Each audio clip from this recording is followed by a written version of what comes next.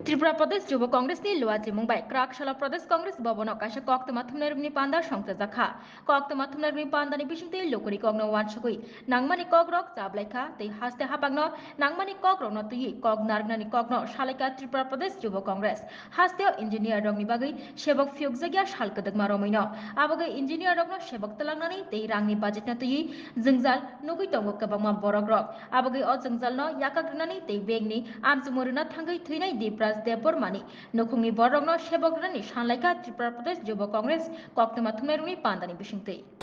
আমরা জানি যে ত্রিপুরা ইঞ্জিনিয়ারিং সার্ভিস বা ইঞ্জিনিয়ারদের নিয়োগ বিগত 7 বছর ধরে এই রাজ্যে বন্ধ। 2016-17 সালে শেষবারের মতন টিইএস পরীক্ষার মাধ্যমে 298 জন ইঞ্জিনিয়ারকে নিয়োগ করা হয়েছিল এবং 2018-তে ভারতীয় জনতা পার্টি সরকার আসার পরে এই ইঞ্জিনিয়ারিং নিয়োগ বন্ধ। আমরা জানি যে 2023 সালে 400টি ভ্যাকেন্সি দিয়ে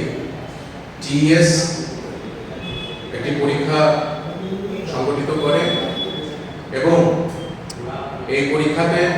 নতুন কিছু নিয়ম এবং আইন তারা অ্যাড করে, যার মধ্যে পরীক্ষায় প্রিলিমস, মেইন এবং তারপরে নিয়োগ ইন্টারভিউ। এই প্রিলিমসের পরীক্ষা যখন শেষ হয়, রাজ্যের বেকার ইঞ্জিনিয়ারদের তরফ থেকে একটি দাবি উঠেছিল যে পরীক্ষার প্রশ্নপত্র ভুল, এই যে পরীক্ষাতে যে প্রশ্ন করা হয়েছে এগুলো আউট অফ সিলেবাস এবং যে প্রিলিমসের নতুন এই যে নতুন পরীক্ষা নেওয়ার যে প্রিলিমস পরীক্ষা নেওয়ার যে নতুন নিয়ম, তার কোনো গাইডলাইন বা কোনো প্র্যাকটিস পেপার ছাত্রদেরকে দেওয়া হয়নি এবং যে প্রশ্ন বা কি অ্যান্সার্স তাদেরকে দেওয়া হয়েছিল তা টোটালি ভুল। যেখানে নিয়ম আছে যে 100 নম্বরের মধ্যে 20 মার্কস মানে 20 নম্বর জিকে এবং কারেন্ট অ্যাফেয়ার্স নিয়ে হবে, 80 মার্কেটিং ইঞ্জিনিয়ারিং টেকনিক্যাল কোশ্চেন্স হবে, এটার মধ্যে 15 মার্কসের অঙ্ক থাকবে। কিন্তু আমরা দেখেছি এই প্রশ্ন হুবহু গেট এবং ইউপিএসসি থেকে উঠিয়ে দেওয়া হয়েছে এবং ক্যালকুলেটর এলাও করা হয়নি এবং ওই পরীক্ষাতে প্রায় 45 মার্কসের মতো খালি অঙ্কই ছিল এবং ক্যালকুলেটর ছাড়া এই ইঞ্জিনিয়ারিং এর টেকনিক্যাল অঙ্কগুলোকে সলভ করা অসাধ্য, কেউই পারবে না। তো তারপরে যখন হাইকোর্টে মামলা করা হয় এবং এই ভুল প্রশ্নের বিরুদ্ধে ছাত্ররা যখন সরব হয়, তখন টেসের থেকে টিএস এর থেকে কেউই কোনো রকম সাড়া দেয়নি এবং তারা ভুল প্রশ্নটাকে সত্যি করে কিছু স্টুডেন্টসদেরকে এই পরীক্ষায় উত্তীর্ণ করার একটি কালো ষড়যন্ত্র এবং একটি নীল নকশা এঁকেছিল। সেকেন্ড মে হাইকোর্টের রায় এসেছে, যেখানে আবারও প্রমাণিত হয়েছে যে রাজ্য সরকারের দ্বারা এই নিয়োগ প্রক্রিয়ায় অত্যন্ত মানের দুর্নীতি ছিল এবং হাইকোর্ট রায় দিয়েছে যে প্রিলিমস পরীক্ষা যেন আবার রিচেক করা হয় নতুন কমিটি নিয়ে,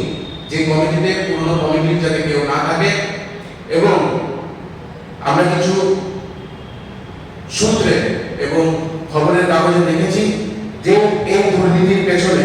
অসীম পাল এক্সাম কন্ট্রোলার এবং তার ওয়াইফ অঙ্গলিকা মিসেস অঙ্গলিকা যুক্ত আছে এবং কোটি কোটি টাকা স্টুডেন্টসদের থেকে কমিশন হিসাবে খেয়ে এই পরীক্ষায় পেপার ছিনিমিনি করেছে।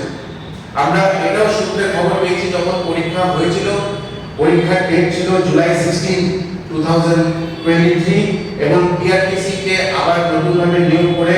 এই পরীক্ষা নেওয়া হয়েছিল অক্টোবর 8, 2023 তে। কিন্তু যখন পরীক্ষা নেওয়া হয়েছিল এই আড়াই মাস যে পেপারগুলো কোশ্চেন পেপারগুলো কতটুকু